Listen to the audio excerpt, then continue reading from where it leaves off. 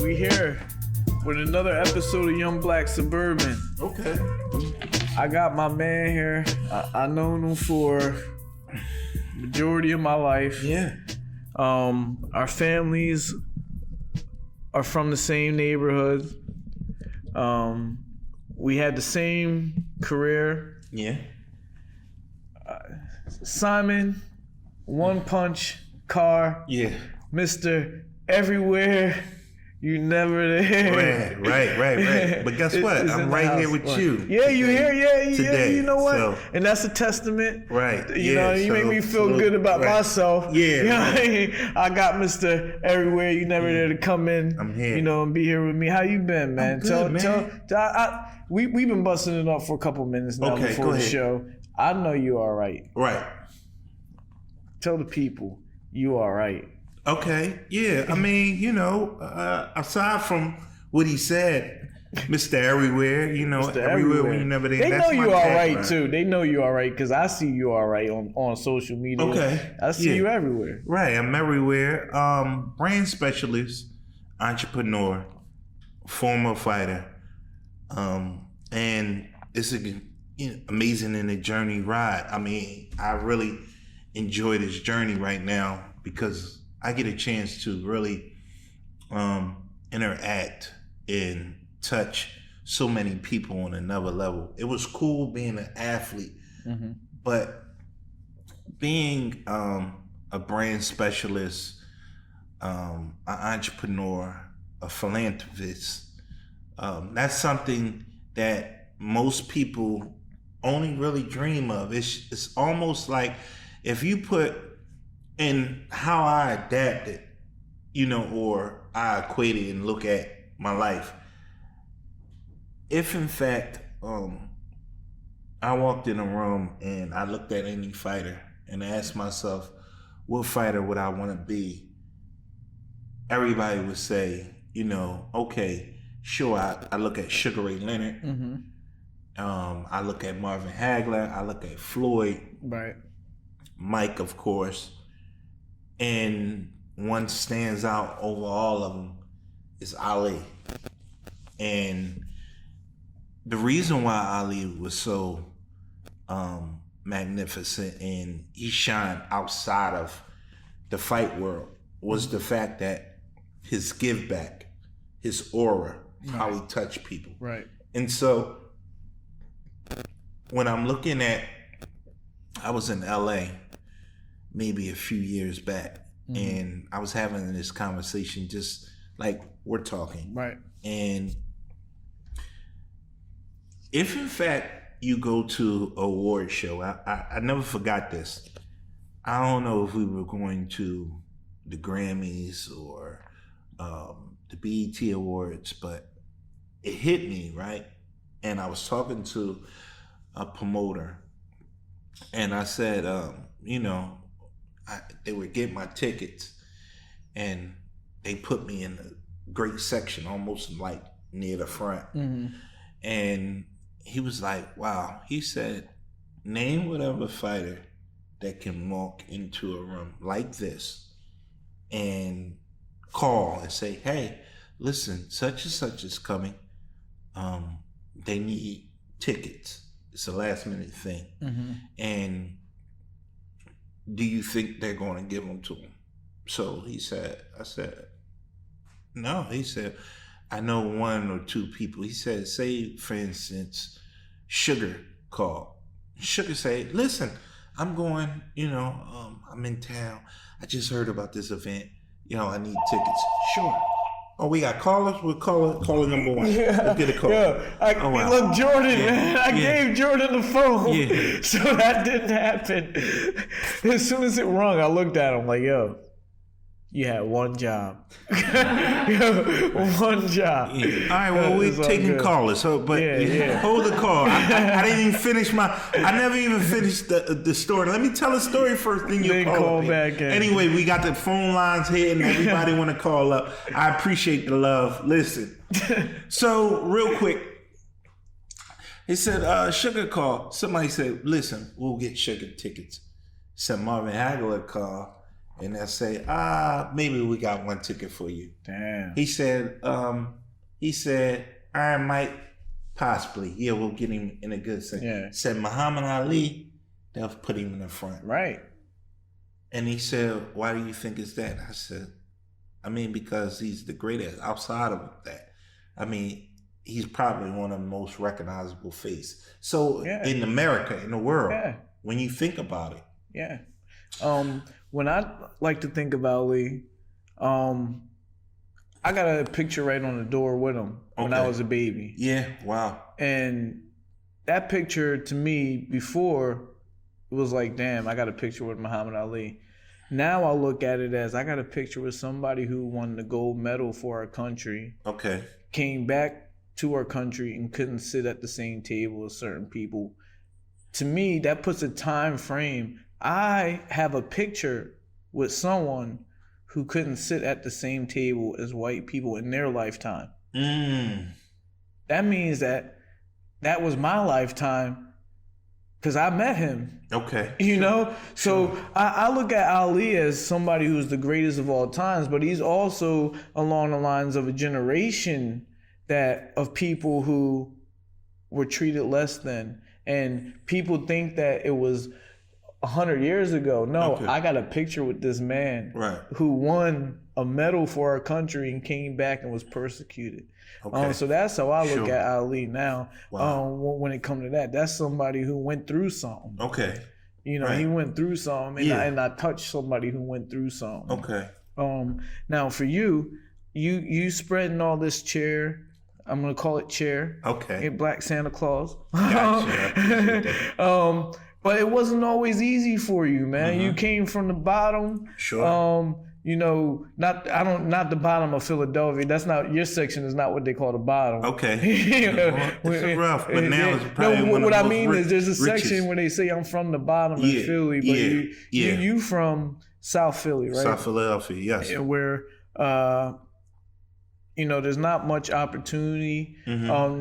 Especially back when you was growing up. Sure. That's where my family's from. Yeah. It's a food desert. You know, you got to travel a little bit to get groceries. Right. Good, nutritious groceries. Yeah. The schools ain't always the best. Right. There's liquor stores on the corners and stuff like that. Chinese store on every corner. Yeah, and that's how you grew up. Tell us a little bit from your perspective. I'm on the outside. I'm from the burbs. I'm gonna ask you about how you feel from being from the city from the burbs. Tell me how it was growing up for you. It was rough. Everybody is unique. You could say that. But yeah, it was a rough journey. In hindsight, looking back onto it. And looking in, it's like, wow, I survived it, of course, but not without a few bumps in the road. You know, I was incarcerated at an early age, went away for nearly a decade. Yeah. Do you want to go into that? Yeah, well, but, you know, I'm just touching the journey, the beginning of the journey of, you know, losing both parents at an early age. And then learning the craft of fighting, of course. And I remember starting this journey of boxing at the age of 12. And what got me into boxing was the fact of I always would fight. And I never knew why. And later on in life, now I understand the journey was behind, you know, you have unanswered questions, you're angry, you're frustrated, and nobody's there to really talk to you about what you're going through. Losing both parents, sure, that was traumatic. And nobody was there to really, it was no outlet to release it. So I'm wondering why I'm getting suspended from school. I'm wondering why I'm being labeled as a problem.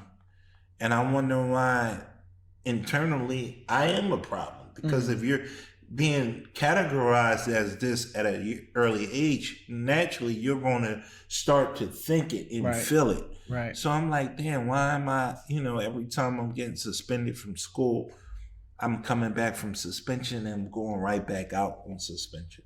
So had it not been for this vehicle that we're talking, that we have a camaraderie with, right, boxing, yeah, I probably would have been one of them typical kids on the street corner that probably would have lost their life at an early age. And you're a prime example of this phrase that I use. I use boxing, and you got nothing to do with the drug part, but this is what I use. I say it usually does one or two things. It usually gets someone off of drugs or puts them on drugs. Okay. For you, it got you out the streets. Yeah. You know, and for some people, they get it all and then they go to the street. You know what I mean? Yeah, right. You know, Sure. and so you're a prime example of someone who took the boxing and it did the positive side of things for you. Now, do you remember who brought you to the boxing gym the first time? Actually, the first one that talked to me about boxing and told me boxing was the fact of, let me tell you the unique story. The unique story was this. I always would fight. And every time I would fight, like I said, I would get suspended and everything. And each time I fought, I understood or started to see that I was being able to create a crowd. So I'm talking about girls standing on cars, swinging book bags, and they saying Simon is fighting. Simon is fighting, and it's like, now these crowds are getting bigger and bigger. And so the unique thing about me drawing this crowd was the fact of one day I was standing outside and I was fighting, and I realized I was in front of my house, and it was about 200 people standing in front of my house, standing on cars, on other people's steps, watching this fight. Now, this is before the social media era, of course. Right. And I mean, people were cheering and going crazy. And I remember my uncle, he's hearing this, commotion outside, and he comes outside and sees me, he breaks the fight up and pull me in the house. And he's like, man, listen, man, why you always fighting, man? Listen, man. And he's like, listen, if you like to fight, you might as well get paid for it. So I went to a boxing gym and I never looked back. And so the very first time me ever even traveling and going anywhere was the fact of me going to a boxing gym. Right. I got instructions. What was your first, what was the first gym you went to? Joe Frazier's. Okay. So on Broad Street. Yeah, okay. on Broad and Glenwood. So this was the very first time I ever traveled alone. Now let me go ahead. Interrupt you real quick, because let's go. You from South Philly. How many world champions are from your, not just Philly, period, South Philly? Wow. So, I mean, but that's another chapter. So that's something in chapter 2 that I come into. Right. Because, I mean, all right, I'm getting into the realm of fighting. Right. And then learning the craft. And then upon learning the craft, now I learn the history. Right. And once I learn the history, now I'm in Norm's like, wow. Dude right around the corner. You come from South Philadelphia, and you know who, and this is what, because now you're in Norm's in the sport. You're put into the sport. So now you have to learn everything about the sport. Right. So upon me learning about the sport, of course, I realized that your father, Tim Witherspoon, world champion, heavyweight world champion, was from my neighborhood. Right. I realized that Jeff Chandler, world champion, that was from my neighborhood. Right. Tyrone Everett, which was my uncle from my neighborhood, and all these guys live within a 3 and a 5 block radius. It's crazy. Yes. when yes. you sit back and think about right, it, yeah. you know, it's like something is in the water. And you only named 3 of them. Three. You got, you know, Buster Drayton. Buster Drayton. Yeah, and that's another 4 block. And you talking about Philly, period, the Mecca. Yeah, right. A boxing. Tyrone Crawley. Yes. You know, Tyrone Crawley. You got fallen champion. all these people. Let's just say it. All these people. Yeah. And me and you from being in the Philadelphia boxing gyms, we know it's a lot of people in them gyms that could have been champions. Sure. They never made it out of Philly because it's a rough place here. Yes, bad stop. Me and you lucky right now. Yes. We lucky right now to be able to talk to each other because we go to war in the gyms. Right. Yeah. You ever have a sparring session in the gym where you're like, damn, I should have got paid for this shit? Yeah. All the time. You remember that? Yeah. So the point I was trying to make is someone took you to Joe Frazier's gym, which is North Philly, right? Instead of South Philly, where you have Marion Anderson. I don't know if Marion Anderson was around. Yeah, right. And they were boxing out of Marion Anderson. Right. That's where I come from. Right. My home gym. But the premise that I was trying to make when my uncle first put me on this journey, and salute to him. He put me on this journey, and the only gym that he knew was, the world champion gym, Joe Frazier. Right. And that was my very first time even meeting him and knowing the history about him. He was somebody that fought Ali and beat Ali and got the championship. Right. Yeah, so he was very great. And first time ever walking in a boxing gym, laying eyes on him, like, wow. Can I fight? And he like, nah, get this permission slip signed. Come back and the reason and how so my family told me to get this permission slip signed. I ran home. I was so excited, and my parents just went on and put the permission slip on the refrigerator and said, all right, get ready for dinner. And I'm like, wow, so are we gonna talk about this? And they're like, yeah, well, you know, we'll look into this. Because at that time, you have kids that start off and they want to play the guitar. Yeah. Or they want to play basketball. Or they want to play karate. And die off. All these things, they really don't know what their passion is. So my family was like, you know, then my aunt and them was like, you know, do you really want to get him into boxing? And, you know, that's so brutal. So they really thought I would kind of phase out of it. Right. It was like something you want to do right now and you'll phase out. And I'm like, nah, it's just really, this is what I want to be. So I remember them just taking me through hell. Oh, yeah, do your chores. I want to see your report card. It was about 6 to 8 months before I initially got into a boxing gym. Right. And the second journey was Mary Anderson. That was the first boxing gym that I laid and I gloved up and learned and everything. And a gentleman by the name of Jesse Bang Bang, he trained me, he worked with me. And Jesse Goodman, your father know him, good fighter.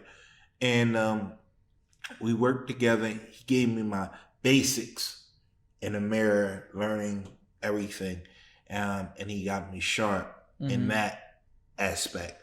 And I stayed with him probably for 8 to 9 months, and then I ran into a guy named Little Jimmy, which happens to be the famous trainer, son of Almost Like Running Into You. His father was Jimmy Arthur, who trained, you know, Tyrone Everett and everybody else in South Philadelphia, all the champions. Right. So one day, a friend of mine, he was renting a room in their house. So we would come up, and when we come up the steps, the first room in the back, he had all these trophies and a boxing picture. And they like, yeah, Jimmy box. And I'm like, yo, I'm trying to box. And he was like, yeah, all right, well, you know, one day I'll take you to the gym. And I'm like, okay, let me know. So one day he said, look, be here by 4 o'clock. I came to his crib. And they took me to a gym. So from that point on, his father started training me. And this was about 13.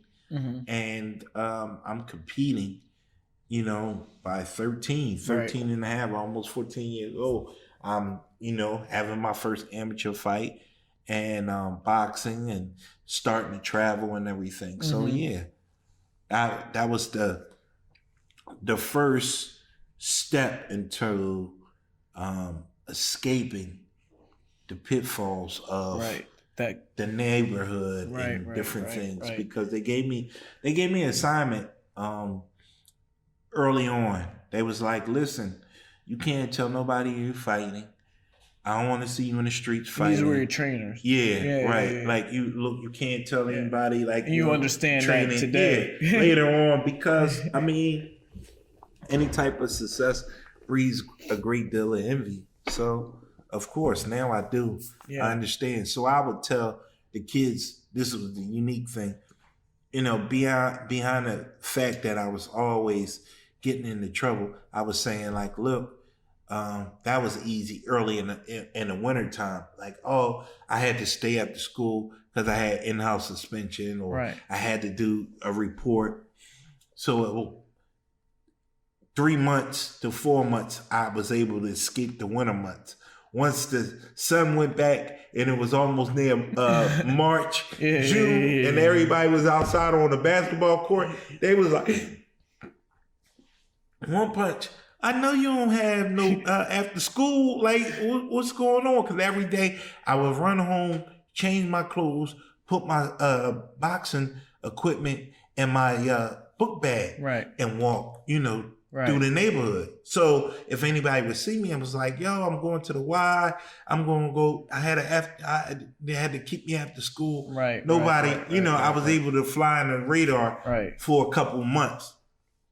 And then it got close to the, June and hot time, and everybody's on the basketball court after school. It's jam packed, and I got to walk past the basketball court to go to the gym. And everybody like, yo, I know exactly what you're talking about. Yeah, like, what's up? What's in the book bag? And I'm like, yo, I'm going to the Y. And nah, man. So I had to really tell my friends, like, look, man, I'm boxing. They were like, yeah, like, and it took off from there. So, but at one point, go ahead, the streets called you back. You already mentioned that you have been incarcerated at one point. I don't know the full story. I know that you were, of course, incarcerated because when you came home, you were a celebrity. Okay. When you came home, that's when I really was introduced to Simon Carr. The person, not the story. Can you, for me? Yeah, tell me what happened, how you got, caught up. Oh man. So it was on the eve of the 96 Olympics. So I was training to go to the Olympics, and that was some of the one of the greatest years that produced boxers, such as Floyd Mayweather was on the 96 Olympic team, Fernando Vargas, Antonio Tarver. Yeah, De La Hoya came a year. Oh, he came the next Olympics? No, he came in 2004. He came in 4, and then we were on 6. Okay. So he came 04. Okay. So, and it's interesting even about De La. His very first fight, he fought a kid named Lamar Williams, and they brought him to Philly to train to fight Oscar.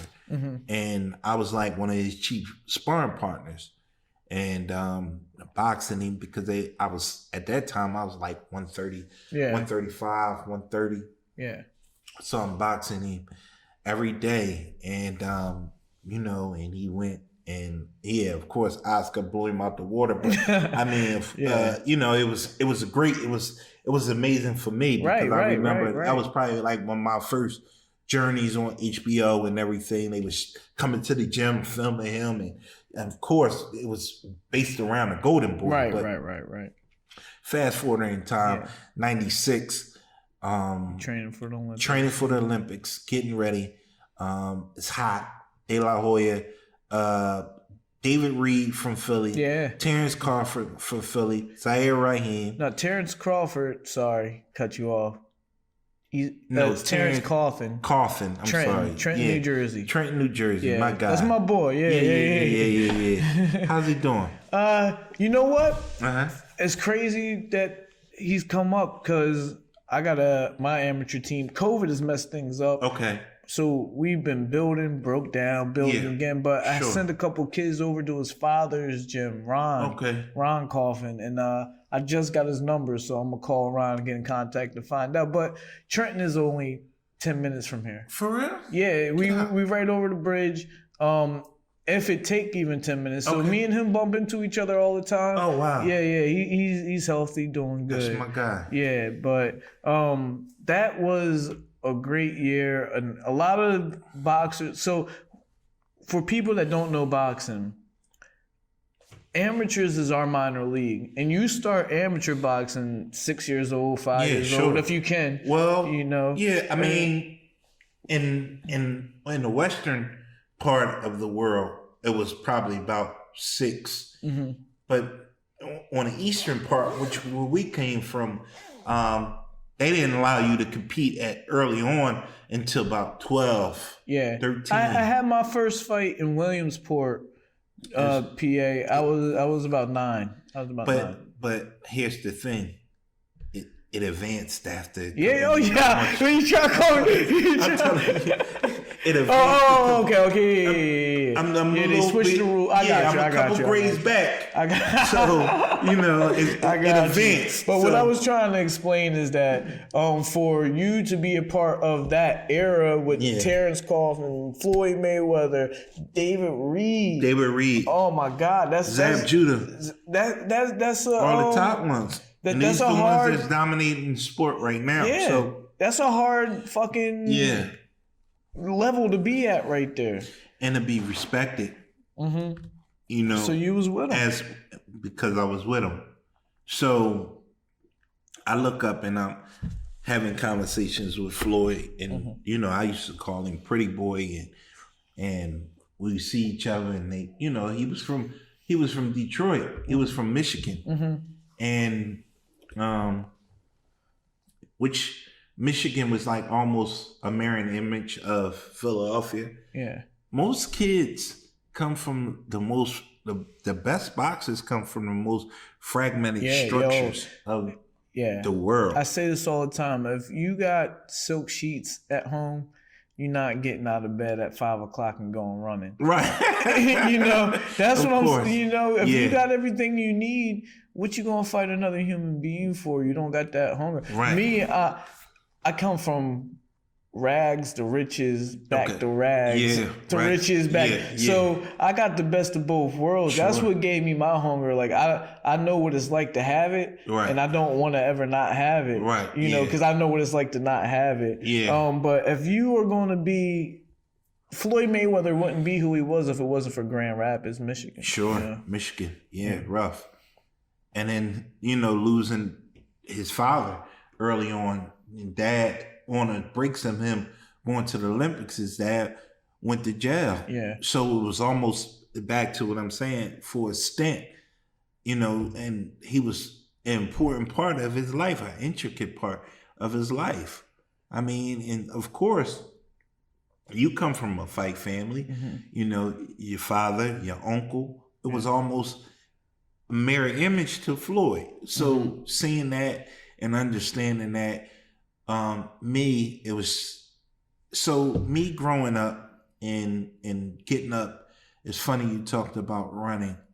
I used to get up and run at 6 o'clock in the morning, and when I ran this particular route, got out my, came out my house, ran straight down a real rough block, which was Tasker Street. And I took it all the way to 31st and Tasker, which it was another neighborhood, which was rough, where I originally come from. And I would take the bridge all the way to the Children's Hospital, which was 34th 34th Street. So I ran the 31st or 32nd and took the expressway over to 34th, and that's near Children's Hospital, if anybody know. And then I would cut and come back over the South Street Bridge, which was, 25th, and it took me back to like my neighborhood. And I crossed 4 congressional lines because, and if anybody knows about because you just mentioned like Southwest, Center City almost. South Street is like... of course. So, but now, and even certain neighborhoods, it was like 3 different war zones, like, hot spots. I didn't want to cut you off because I know my dad spoke about different blocks you couldn't go. Yeah, of course. You're a generation or 2 after him. He's your old head. Right, yeah. Right. Yeah, was it still that way for you? Yeah, of course. But being an athlete, being an all-around guy, you kind of find that niche of respect. But, for a typical civilian or human being, it could be rough. Right. I just happen to grow up in it. So I understand it. It's almost like, you don't really visualize or analyze the jungle when you're in it. You know it's dangerous. Yeah. You know what a lion looks like, but you don't really necessarily know all those things. So it's just like wow. But just back to me just traveling. Boxing was a vehicle that took me all over the world. But you didn't touch on going back and getting in trouble. I'm going back to it. I'm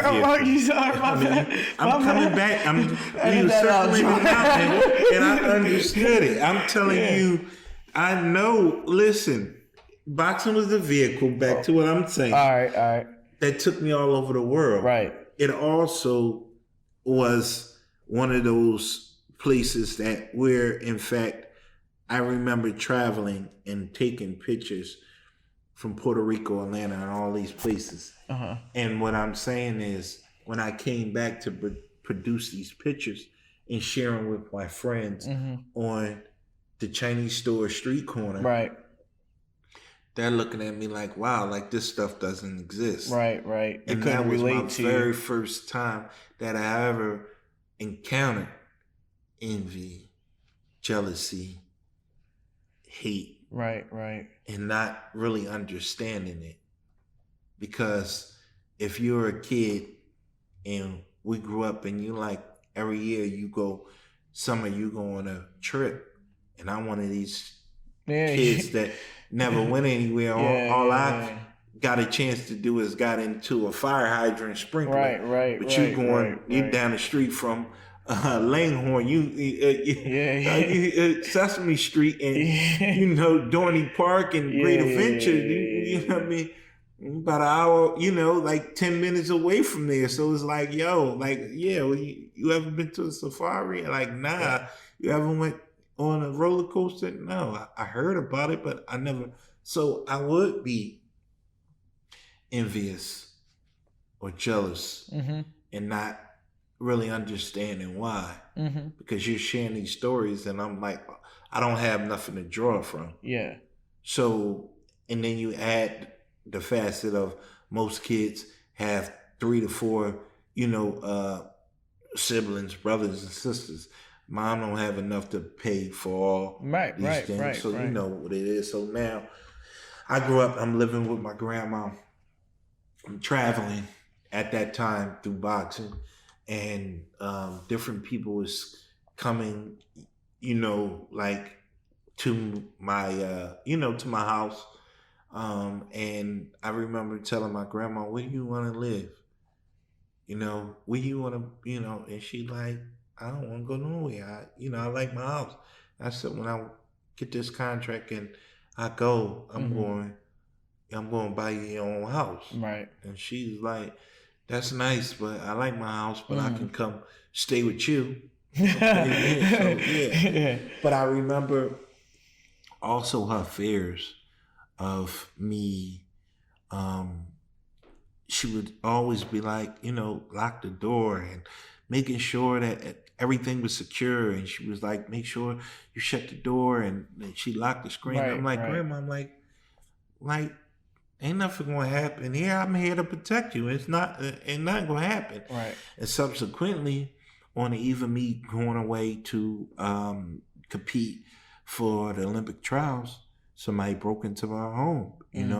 5 o'clock in the morning, and out of the fear for the safety of my life and my grandma's life and protecting my grandma, I fired at the intruders, and subsequently, later on, somebody wound up losing their life. So it was a tragic situation, and a situation that really cost me a decade out of my life. Right.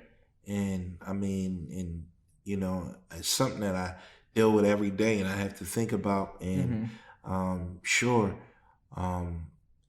it's one of those things that you really never get over. Right.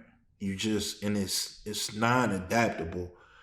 It's one of those things where you realize that had I been one of those kids that grew up like you. Wait, whoa. Not in a bad way. I'm not saying that. I wouldn't never really. I appreciate everything that was given. Yeah. And the journeys that I went through. Yeah. But I do understand the congressional line of having a good neighborhood to grow up in. Right. And then growing up in a bad one. Right.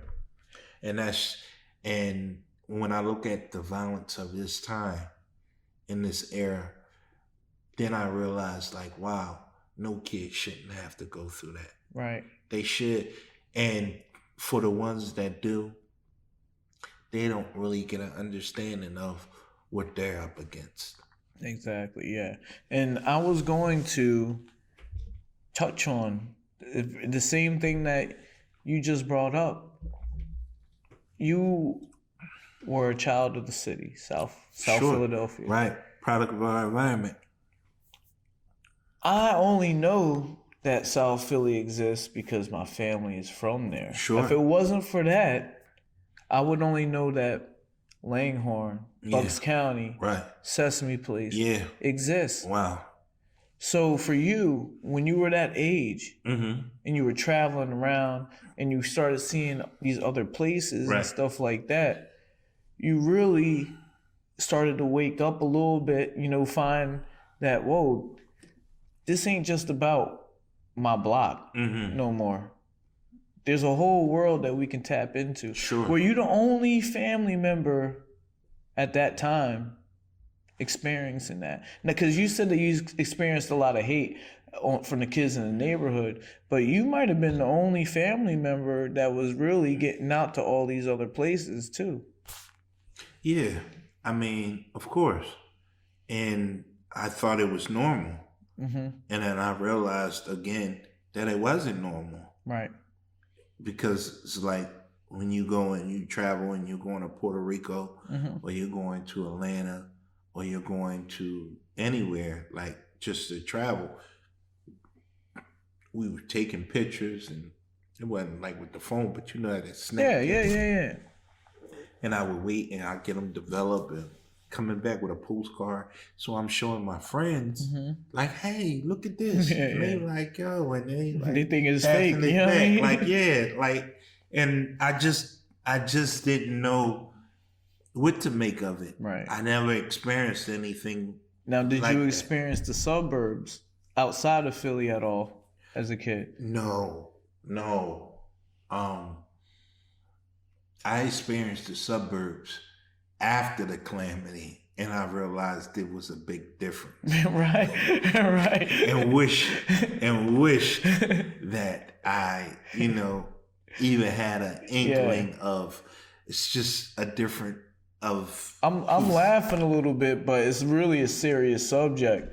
Because I remember, and I touched on this when I had my dad on the podcast, going to my grandmother's house being in the same grade as my cousins, us having to sit down, do our homework together, and me looking at their homework like, yo, that's from 2 years ago. Right. That's not what I'm on right now. You guys are a little bit farther behind us. Mm-hmm. I remember going to my family's house, or them coming to my house and be like, damn, y'all got grass? Y'all got trees around here? Like, this is serious. Yeah, right. And I'm talking 30-minute drive. Yeah. 40-minute drive. Probably wouldn't even understand it. Yeah, and people are coming to my house thinking that it's a whole different world. Mm-hmm. That is what makes me want to ask you, what was your perception of the suburbs when you first got introduced to it? Yeah. Wow. Well, no. So let me backtrack. Mm-hmm. Prior to me going through my ordeal, it was a blessing given to me. I just didn't understand it. So the blessing was one of my childhood friends that we grew up in the same neighborhood and everything. His mother got offered a job and to move away. And they got offered a job in Ohio. And he didn't, so he's like, listen, come out here with me. And I'm like, it's this damn near like the movie Minutes of Society. Every time I see that part, I damn near tear up. And I'm like, I don't even want to watch that part. But anyway, yeah, I'm like, nah, I don't want to go in Ohio. So I went out there with him when they moved and helped him move the boxes. And he was like, look, man, you need to just, stay out here and help me, go to school. So yeah, all right. So my family is like, listen, this is an opportunity for you. Wow. And sometimes you get a gift and you don't really understand what's behind the gift. So the gift was given, and I went probably the first semester. So I went from September to June. September to How old are December. You at this point? 16, 17, right? And so this is before a year and a half before I went through what I went through. Yeah. So, no, I was about 14 years old when they offered me this opportunity. So I went from September to December, the first semester. And I'm like, nah, I don't want to stay out here. Like, it's slow, and I'm missing boxing. I'm I'm not adapting. Right.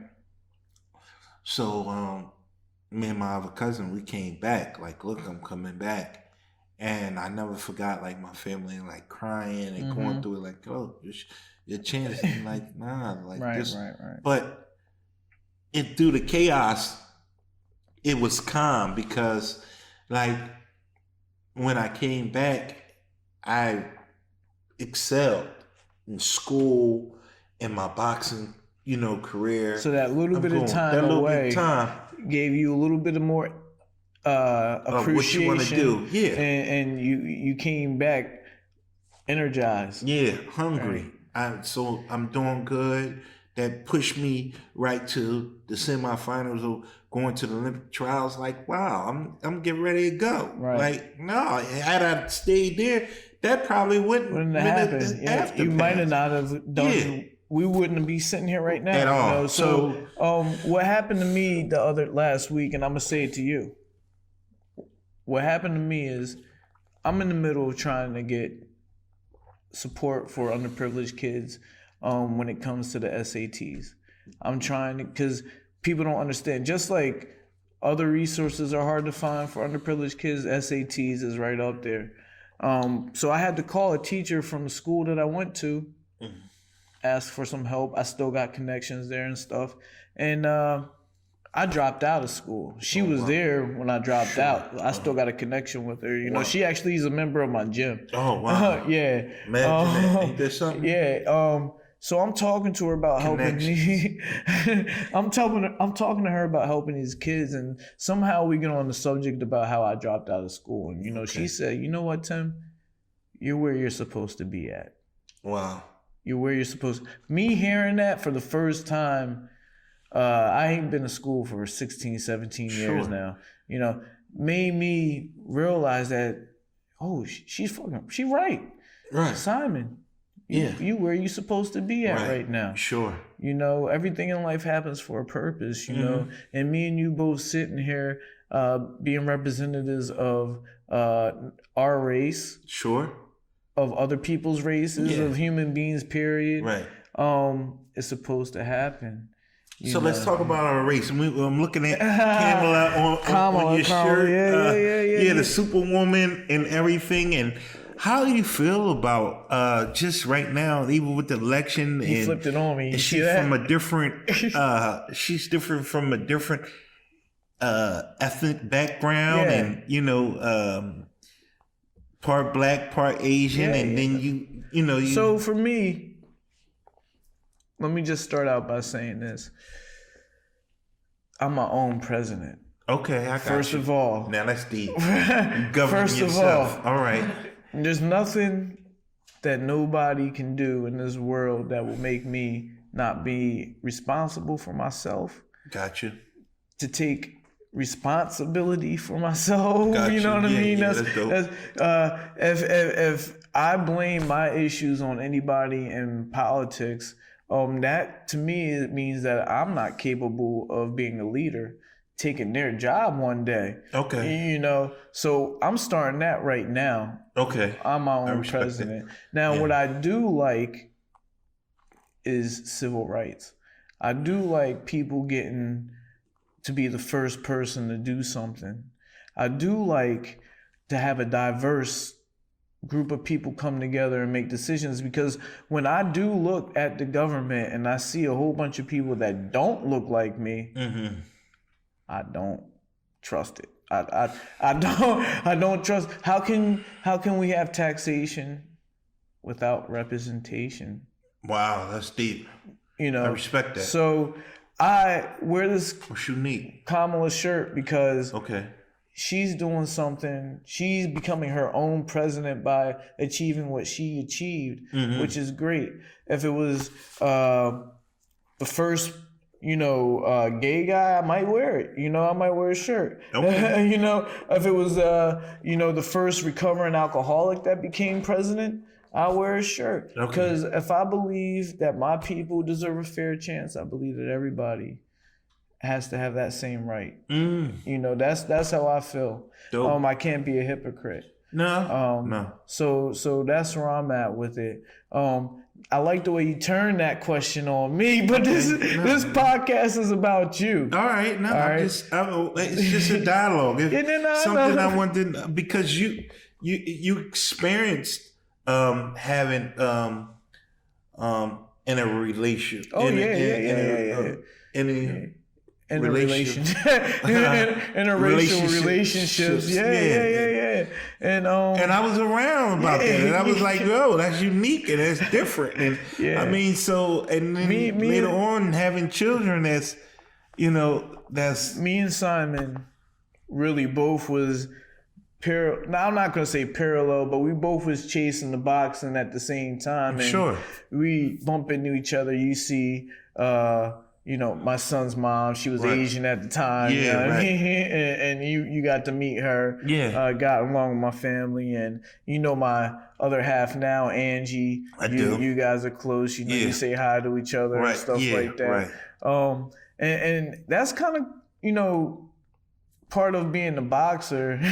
I'm not going to say unfortunately, is that it's a crazy lifestyle, man. You do a lot of stuff. You out there. And that was a part of, that part of our life. I'm sure you got stories out there. I do. You Go with ahead. rappers, Right. Rappers, you wow. with politicians. Sure, I am. You know, you with hustler entertainers. You don't. Whoever you want to meet, you meet. You know, you with fashion designers. How I wanted to talk about Okay, go ahead. your time incarcerated and your time to reflect and how you came out. And when you came out, you was on top. But yeah, let's go there first because I want to ahead. go in order. All You right, were sure. incarcerated. You had a couple of years. How long? You said a decade. A decade. You had plenty of time to become a man at that point. Sure.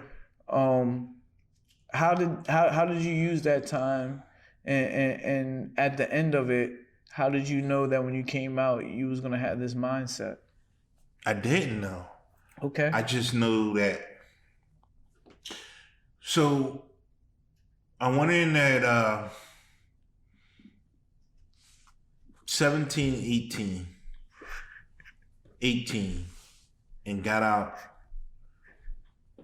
29. 28 and a half going on 29. Wow. So the premise of my whole 20s and my, when they say your adult years, was learned through trial and error. It was learned through the lenses of other people. And what I mean by that is the fact of, I never forgot when I first, got to prison and was incarcerated, and I never forgot the first conversation me having with a guy. He was older. He's been doing a lot of time, and he said, "Listen, this could be. I'm only gonna have I'm only gonna have this one conversation with you. This can be, a child's playpen, or a wise man's, or a wise man playground." And I was like, "Wow." He said, you can get in here and run around and play, and you look up and all your time is lost and you didn't learn anything.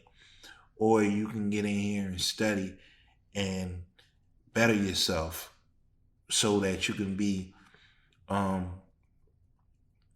something for your family when you return. And he said, that's if you return. It's always, based upon you.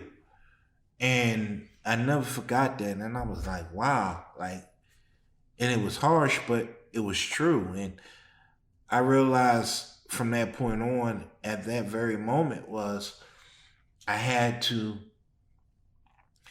look at the examples of a man and know, okay, that's acceptable, that's not acceptable, and really make a wise decision, so it was through a different type of lens. Right. So when I did get a chance to return, I had studied and worked on myself and prepared for so long, and when I got out, it was just like, okay, now I need to put these things into action. So prior to me going, and I never really share this, but it's the fact of only 3 people in history ever went to prison at the height of their career. And that's me, Iron Mike Tyson, and Allen Iverson. And subsequently, we're all friends. And they're my brothers and they're my mentors. We're the only 3 in history. Now, you have fighters that, okay, sure, I take that back. Ruben Hurricane Carter. Yeah, can't forget him. Right. But of our era, of my era, Yeah. Iron Mike Tyson, Yeah. Allen Iverson, and myself. Right. And so, and I'm sure there's been others, but that's who. Yeah, in my era. Yeah. You know, so it wasn't the fact of me getting into boxing and learning in prison, like, you know, Bernard Hopkins, and I respect his journey, but I went to prison on the eve of me going to the Olympics. Right. Had I not went to the prison, then where would I be? But that's where what I said comes into play.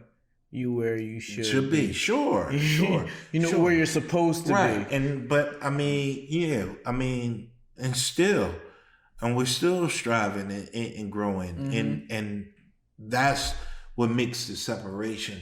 Even at this point, when I'm even speaking about my life, and I'm giving you glimpses, then it goes back to the first conversation I was having about walking in these rooms, and then these people was like, yo, I can make a phone call and they say, hey, it's One Punch.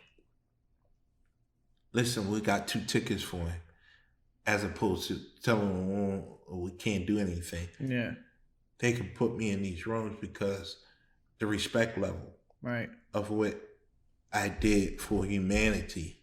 It wasn't just, I appreciate the fact of an athlete, but outside of boxing, being able to touch lives in many ways, offer opportunity, job opportunities, give back to my community, give back to the youth, educate. That's what I'm much more proud of. And then the fact of me even starting a business and showing people every day, you know, like you said, wow, man, I know that you're all right. I can see it. I see, you know, what you're doing, you know, on in Delhi. And I mean, and likewise, when you have something tangible to come back to, you've built a brand. Yeah. And I was telling him, you was one of the first people really to pioneer this social media thing when it came. Sure. There's no other, really, even today, there's no other fighters that is that active on social media as you are. Wow. And that's that's the hustle game nowadays. You already there. But what I wanted to tell you is that I wanted to share my first memories of Simon Carr. Gotcha. And when you came home from being locked up. Sure. I remember newspaper articles. Simon's back home. He's already doing public speaking, stuff like that. He's training to get his fight, stuff like that. Then all of a sudden I see you on fight posters and stuff. I'm like, oh man, this dude in the red, white, and blue shorts about to go to the Blue Horizon, you know what I mean? All that. So when you came home, who set all that up? How did you get right back into the thick of things? Because we talking, you said 17 to 29. Mm-hmm. You came home and all of a sudden, I'm up in Bucks County seeing your face. How did that happen? Wow, that's amazing. You never heard that. Yeah, I mean, it's always good to hear the story, right? The true story. Yeah. Wow. Just the tenacity and the willpower and nonstop grind. And like you said, it's funny to hear it. Mm-hmm. I come before the social media era. This is my opinion. Right. Other people might be like, nah, I was doing it. But me on the outside looking in, I see Simon with Beanie Siegel, Jay-Z, posting pictures, Atlantic City, Vegas.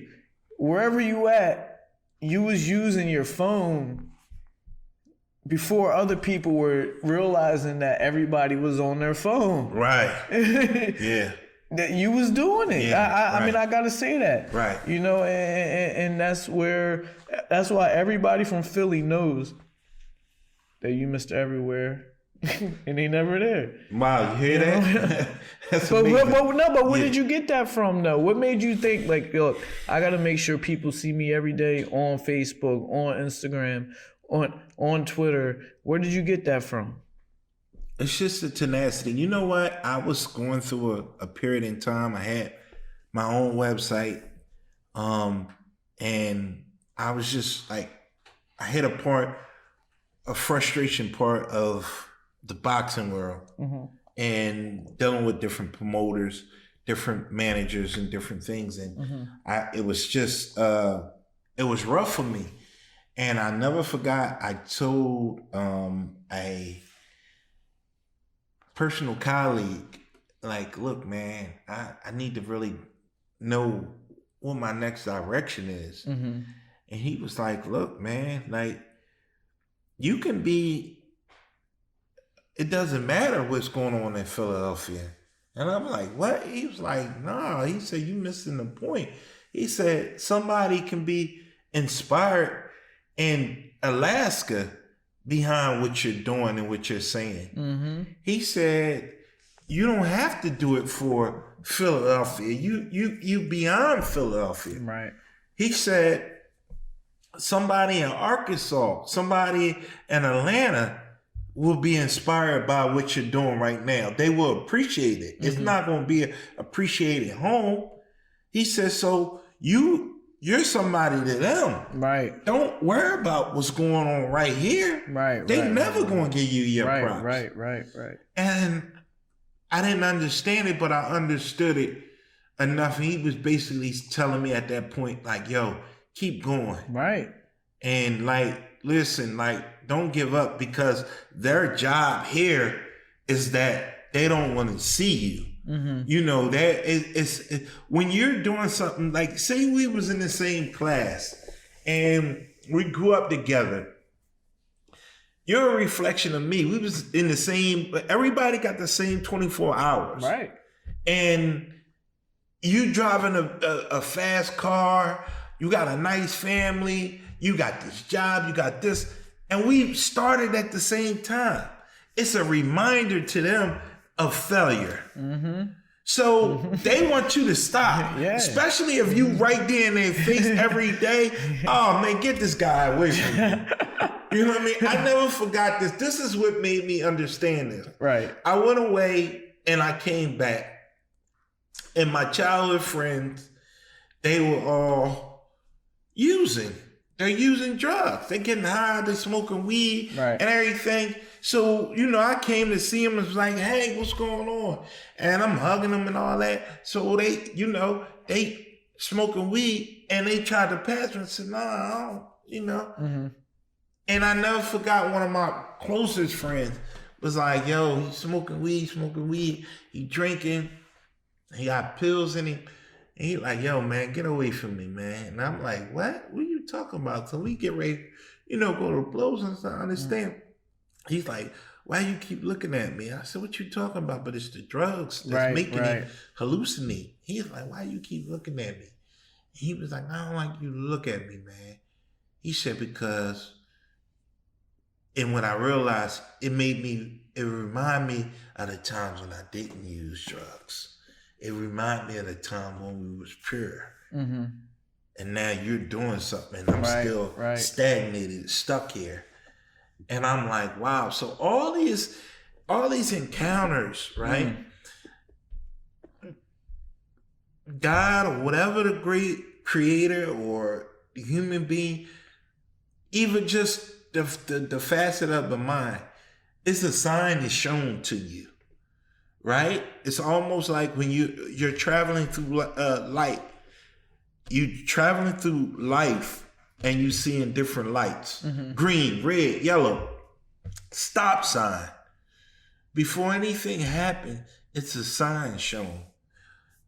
Whether it's a smart comment, a side comment, a side eye look, a thumbs up, you be able to learn and read the room. Yeah, definitely. They give you the signs before it's shown to you. And, you know, being a fighter, you got that advantage. Right. You read the body language right away. Right, yeah. You know, and you can see a sucker. Right. Yeah. From somebody that's real. Right. Just a little bit faster than somebody that don't got to read that in the ring. Right. Yeah. You know, and it's hard. It's hard to keep them kind of people because you from a city where you want to help people. Yeah. You want to bring people along with you, but it don't happen that way. It don't happen that way. How do you deal with, running your business and the people that you wanted to be with you ain't there no more? Yeah. How do as an entrepreneur, that's a hard thing to swallow. Sure. It's a new journey, and I had to realize it the hard way. Most people can't go. Everybody can't go. Success is not offered to everybody, and if it was that easy, then everybody would have it. I feel you. Everybody would have it.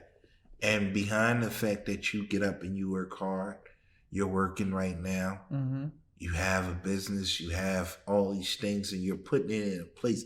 They don't even understand that this is preparation. You speaking currently right now. You speaking currently, but I was trying to put it in your, you know what I mean? Because I know you come from a place where nobody got nothing. No. You know, nobody. Right. My sister is from Mountain Street. Yeah. Around the corner. Yeah. You know what I mean? Yeah. So, and I see it too. And it's just like, wow. Like, I mean, we got so many similarities. And so just even with my sister though, being from Mountain Street, she got to. This is the reason why I'm gonna give her a shout out. She got a degree. You know, I have 2 sisters with degrees from Temple, but the best thing that my father ever did was move us to the suburbs. Okay. And she, even though her primary place was South Philly, she got that experience to come out there and see that there was that different, way of living. It's not that people who's like me and my family. Wow, that's true. Who? Yeah, right. Yeah. You know, right. My dad, luckily, is from that place, so I can realize that. And people that have the privilege don't even get a chance to realize how other people got to live. But you somebody who was there, you there still, you go there. You know what I mean? Yeah, I was just there. I'm going there after I leave here. Exactly. I'm going to the trenches right after I leave here. But you also somebody that's like, look, we going to be in Beverly Hills next week. Sure. That's why we going to France next month. That's why I'm able to show them the everywhere journey, because I am tangible. I'll go into places where at this point in my career, I really shouldn't be, but there are learning curves. I experience it. Now, I don't mean to say like, out of stupidity, I'm going to and post up in the trap. But I'm saying that I'll go because I understand the difference, and I come from that place as well. It's a part of my life now too. Yeah, sure. Where I can differentiate what's good and what's bad. I ain't gonna go post, but I understand like it's family and different friends there, and I don't judge them no different or treat them no different than I treat Diddy's kids, or anybody else. Yeah, Iverson's kids. Yeah. I treat them all the same, and I'm able to translate or go through those different areas and in my life, and then I can show it. And they're like, how do you balance it? And I'm like, you got to understand the balance was already there because I was already at a height of my career when they took me away, and then they took me to a place where most people that wouldn't, they couldn't even fathom. Right. So, and I lived amongst that for a decade of my life. And that's the light bulb. The light bulb just went off in my head. You hit rock bottom at an early age. Yeah, sure. Some of these people have not experienced that yet that are in your life, my life. They don't understand where that tenacity comes from. it comes from already being in the mud already. Yeah.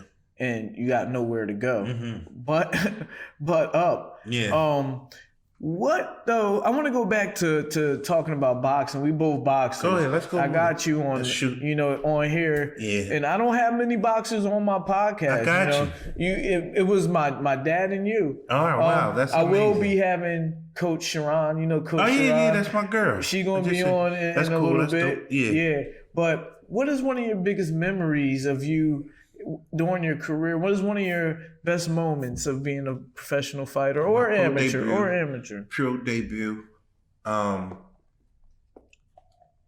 38 seconds in the first round. Knockout. I think you was there. I don't know if you fought on that card, but you was there.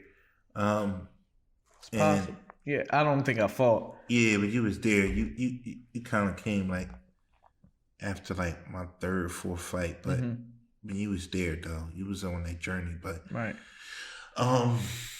My pro debut, and just remembering, just everything leading up into that fight and to that, and I don't even remember. It's like when I be having these conversations, I be trying to remember or put myself back into that place. Right. But it's hard. It's hard. To tap into. So at least you understand as a fighter, like, wow. The other day, I did somebody else's podcast from South Philly too, All City Classics. I don't know. Okay, yeah, that's my guy. Yeah, Shoot. Yeah, exactly. Shoot, yeah. I did his podcast, and he was like, "Yo, you Dude. Remember when you fought a dude named Cassius Clay?" I was like, "Oh, I did fight." I remember Cassius Clay. I fought a dude. Fight. I fought him at the Pennsylvania Convention Center underneath Schuler's. No, in the Center City. It was a Schuler's card. I fought on that card. Nah. It was me. September the 11th? Nah, that was the second one? This is a different one. Yeah. Okay, yeah. All right, yeah. It was me, Yusuf Mack fought that night. Okay. I forget who else, but I fought a dude named Cassius Clay. How can you forget a guy who had the same name as Muhammad Ali? Yeah, right. I told he brought that to my attention, so I get what you're saying. It's hard to recall and remember, But you had your pro debut, and you felt like, damn, all that shit I went through. Now we here. Right. Yeah, I just remember in prison, man. Like, wow, bro. See, I got a phrase in my life, right? That even at this point I use right now, right? Mm-hmm. And the phrase is, oh Lord. Go ahead. The phrase is, I have a phrase that I use in my life, and that even right now I say to myself, where they at? You know what I mean? Like, because several times in my life, they counted me out. Mm-hmm. They damn near wrote my funeral. They wanted me dead, right? And those that counted me out, that they couldn't count. Mm-hmm. And somebody,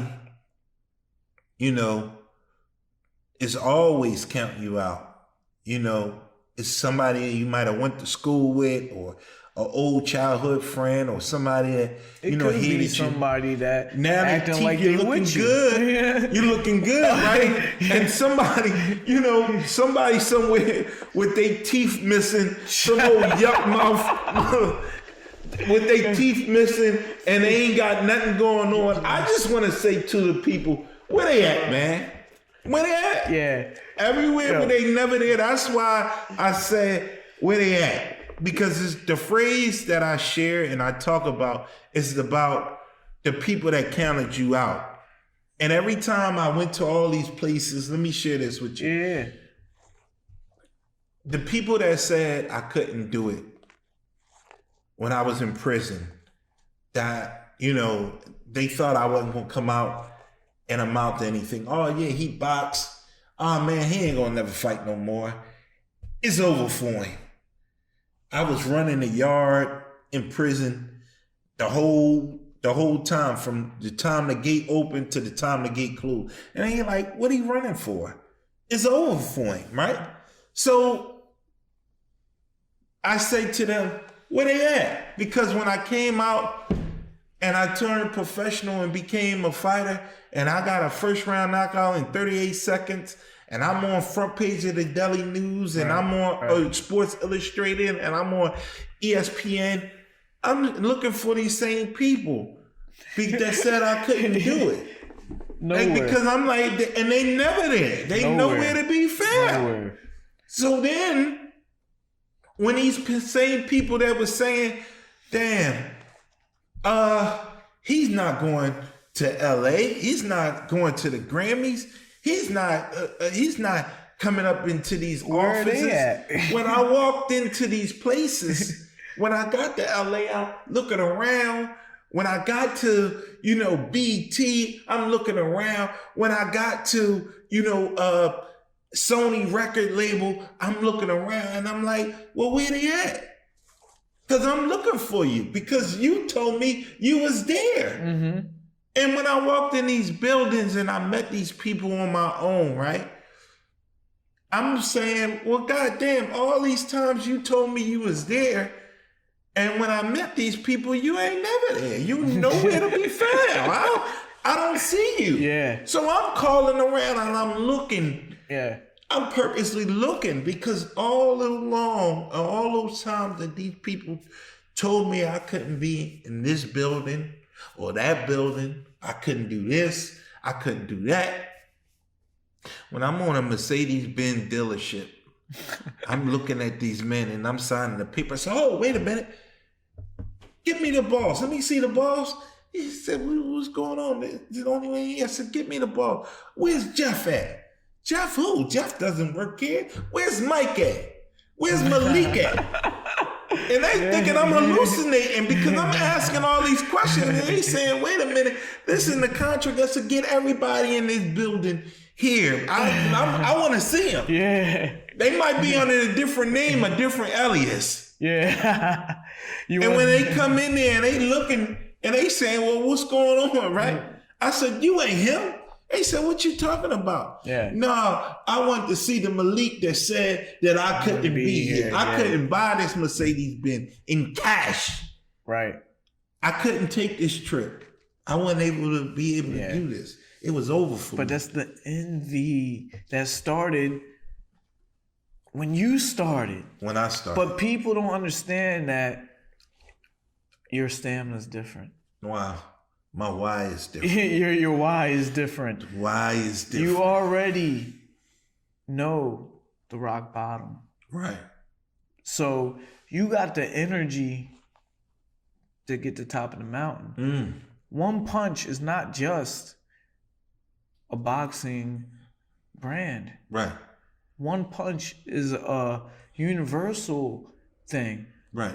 Tell us what One Punch is. What is this brand that you brought to the table? Everybody in Philly knows One Punch. Right. Now I got, I fought overseas. You probably fought in the overseas and stuff. We got a vast community that's going to be watching this. Okay. New people going to find out who's something. Matter of fact, I'm going too far. Good. There's people right here where we doing this podcast Sure. that's going to hear Simon Carr for the first time. But One Punch. Okay. What is One Punch? One Punch is a symbol of knocking down everything that stood in front of you. For all those people that said you couldn't do it, this is for the little people. This is the sledgehammer to break down the walls. That's what One Punch symbolizes. Simon One Punch Carr, Simon Carr, it's just the name. I'm just the person. But One Punch is the brand. Right. One Punch is the sledgehammer that I put in my hand and knock down that Berlin Wall. For all the people that ever been oppressed, that's the symbolization of One Punch. That's what I bring to the table. Now the transformation of that is the journey. And that journey happens to be everywhere, Mr. Everywhere, because that was the journey that I've been on since prison, since getting out of prison. And people have said, well, why you travel so much? Why you all these places? Yeah, you understating. I go anywhere in Philly. I think this dude's somewhere in California. He's there. I'm like, yo, how you at the Leah Core Center right now when I just saw you in Texas? What? You know what I mean? Yeah. Like and it's not. I'm not lying. It takes stamina. That's what I said earlier. Sure. It takes attrition. And to be an entrepreneur is not something that you could just pick up and say, oh, I'm going to take a picture every day, and then that's going to make it happen. No, you got to make these relationships. Sure. You know, you got to build these bridges, and you got to come up with a plan too. You know, you got to be organized. There's a whole bunch part to it. You know what? They think that you just taking pictures. At first, until they started seeing the relationships, and then once they start seeing the relationships, then the connections, and then oh my goodness. So I'm sorry. So anyway, I got you. they just feel like, turn it around. You good. Oh, turn it around. Oh yeah. All right. We're good. I got a little animated. I'm sorry. Listen, Yo, man, this is if you heard a couple bumps and bruises and your ears started popping, then I apologize. They're gonna see it. Yeah, all right. Yeah, but anyway, back to what I was saying. It was until you start seeing the relationships, until the people just say, "Oh man, leave him alone. I can't," because it got too dynamic. People started following me, and then people follow you, right? And they'll follow you because they want to know what's the secret sauce. Right. They want to say, "Oh man, they want to be like can't you. be on there. No, this thing. Oh man, it's just a bunch of pictures. Oh, what is he doing?" Until you start seeing a formulation out of relationships, till they start seeing the business behind the business. Right. And then they start saying, "Whoa, this is a little too complicated than I thought. I don't want to do this." They thought it was easy. Yeah, they thought it was easy. They thought it was Anybody nothing. can do that. Yeah. So, but then they start seeing the preparation of shows like this, being here on time, prepping, sharing your life, going to next meeting, doing another interview, doing a photo shoot, getting back on a plane, traveling, having time, checking business calls, going up. All of this repetitiously, over and over and over, and then you're constantly honing and working on your craft and different things. I mean, I never forgot. I'll tell you this story, and it's probably one of my last stories I'm gonna share. Nah. Yo, because what I was gonna tell you is Look, we've been spitting, all right, and I'm gonna share a little gem. Go ahead. A little gem with the watchers when they watch. Okay. I shared this before. I shoot 3 shows a day. All right, sure. All right. Right. I take notes. Yeah. I called you up today, say, Simon, yo, come on. We here chilling, no notes. Right. Yeah.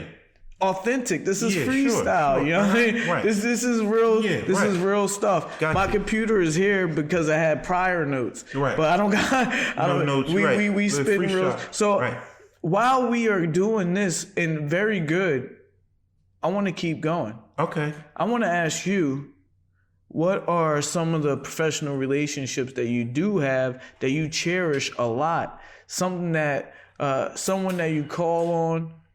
You know, someone that is there for you when you need them.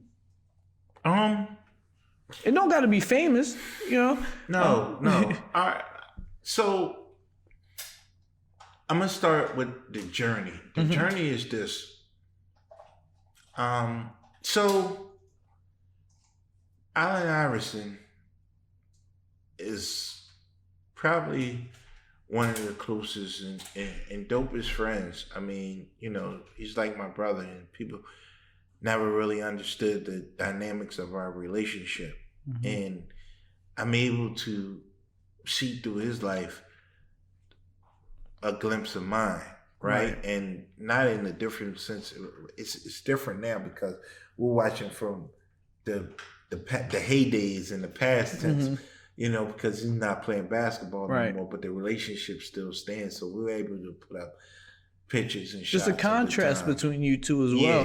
He was incarcerated as well as a young kid. Right. And for real, he gave me my first shot when I got home to come on board with Reebok. I had a Reebok contract with them to do the I3 boxing shoes. And subsequently, in terms of production, and we would get ready to come out with the shoe, then that's when they traded him, and that's when they, you know, got rid of the whole staff. The Reebok was bought out by Adidas at the time, and then they got done away with that whole department. So again, I do know what the mud feel like, because it was like, yo, every time we got the first and goal, obscurity, something gets scrapped. Yeah, they ripped the paper up. Like, God damn, like, and, you know, and I just remember like the very first time walking into Russell Simmons' office, and I remember they was real big, and a guy told me, like, when I was speaking with a manager, and he was like, look, I can get you, you know, a contract over at Run Athletics. I can get you over there to meet Reverend Ryan, and they got a shoes line, and you'll be good over there. And I just remember walking into the office to meet Russell Simmons and Run. And when I walked in the building, it was on a mirror to me. And I'm saying to myself, I asked when I got there, like, yo, you know such and such, and they like, who? And I'm like, yo, the guy told me that he knew you. Y'all have a relationship. Right. But you were in the building because of me. And I never forgot those stories. And I remember, like from that point on, it was like going to your own merit. So whenever I walk in the building, I can appreciate the fact of me being known for me, not somebody else or a friend of somebody else. Right. It's behind my own merit and what I bring to the table and how authentic I am. Right. And how I created the relationship. However it turned out. Right. I created it, and I learned also how to nurture the relationship. And nurturing it is when you get a contact. Just because I give him my number doesn't mean that we're pals. Nah. We become pals through multiple times of communication. And then we find a connection. It may not be a connection. It's like dating. You might get a girl number and y'all might go out on a date, but that doesn't mean it's a connection. She might not be right for you. Right. That's how most business deals is. Yeah. I went on several business deals and endeavors and pitched ideas. That didn't mean that they were interested. You know, how many times you might have an idea for, you know, look, I want to start this gym. And people don't understand that when it comes to business, the first part of business is just accepting that you're going to sit down and talk, and that's it. No expectations after that. You know, the connection and the sit down is the part that's the beginning. Then the hard work happens. You know what I mean? Then you got to do a lot of convincing, a lot of hard work after that. You know, have to sell yourself. So you know, it's a lot of people that think that they can just meet somebody, then they there. There's a whole lot of middle ground that's being skipped in the hustle. You know, there's a whole lot of middle ground that's being skipped in the hustle. And me and you both, you know, I like to say that I'm the 2000 class of Philadelphia fighters. Okay. I think my last fight was probably 14, 15. Okay. You know, there's a lot of new guys out there now. I look at the posters sometimes. I don't even recognize some of these young guys. Right. You might have seen them when they was a baby in the gym, and now all of a sudden now they pro. Yeah. Well, like Scooter. Like Scooter. It tomorrow. felt yeah. Stephen Fulton. Oh, he fight tomorrow. All right, he fights tomorrow on. Jerron. So, you know, Jerron Ennis. Yeah. All these kids was babies. Yeah, Julian Williams. Well, and Julian sparred a lot, okay, so sure. he's younger than me, but we overlap a little bit. Okay. We overlap a little bit. Right. But we done. Me and you done. Okay. What are you doing now? What's up? Well, I may not be done. I'm gonna tell you why. Because the fact of the life that Mike just gave to the sport, and I'm working. You heard that, Jim?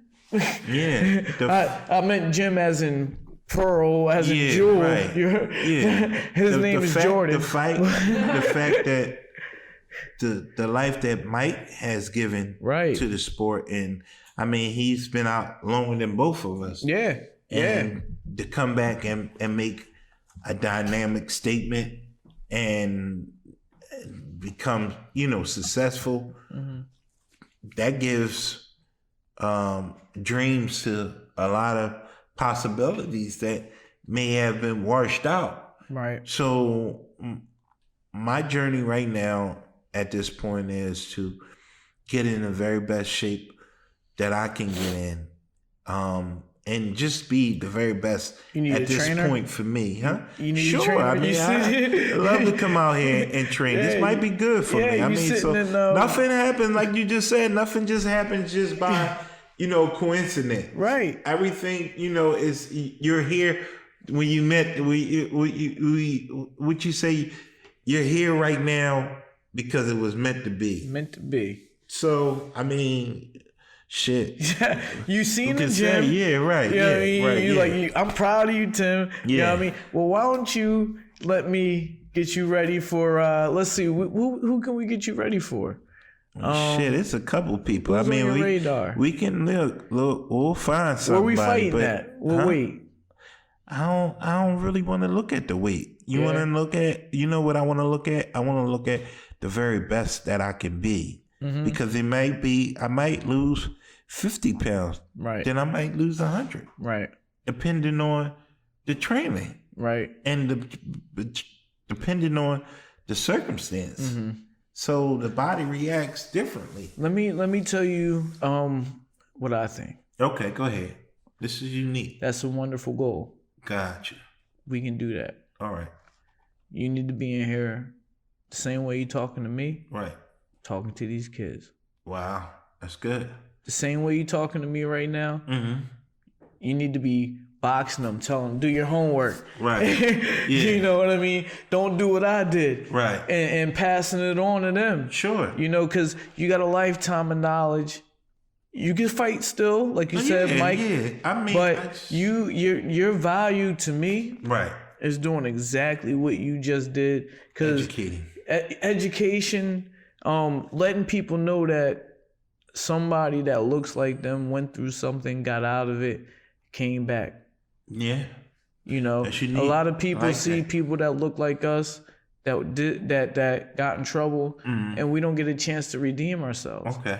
You that story that somebody who went and I'm not when I first heard your story, it was a story of somebody that was defending their house. So we're not going to get into that. Right. But the issue is that something happened. Right. And took me away from my family. And took you away from your family. Yeah. But you did not let that stop you from living. Sure. And there's plenty of people. I'm starting a mental health class for people with mental health. There's plenty of people that let things stop them from living. They get in their own head. You could have easily done that. Sure. You could have been with your friends. Yeah. Getting high. Right.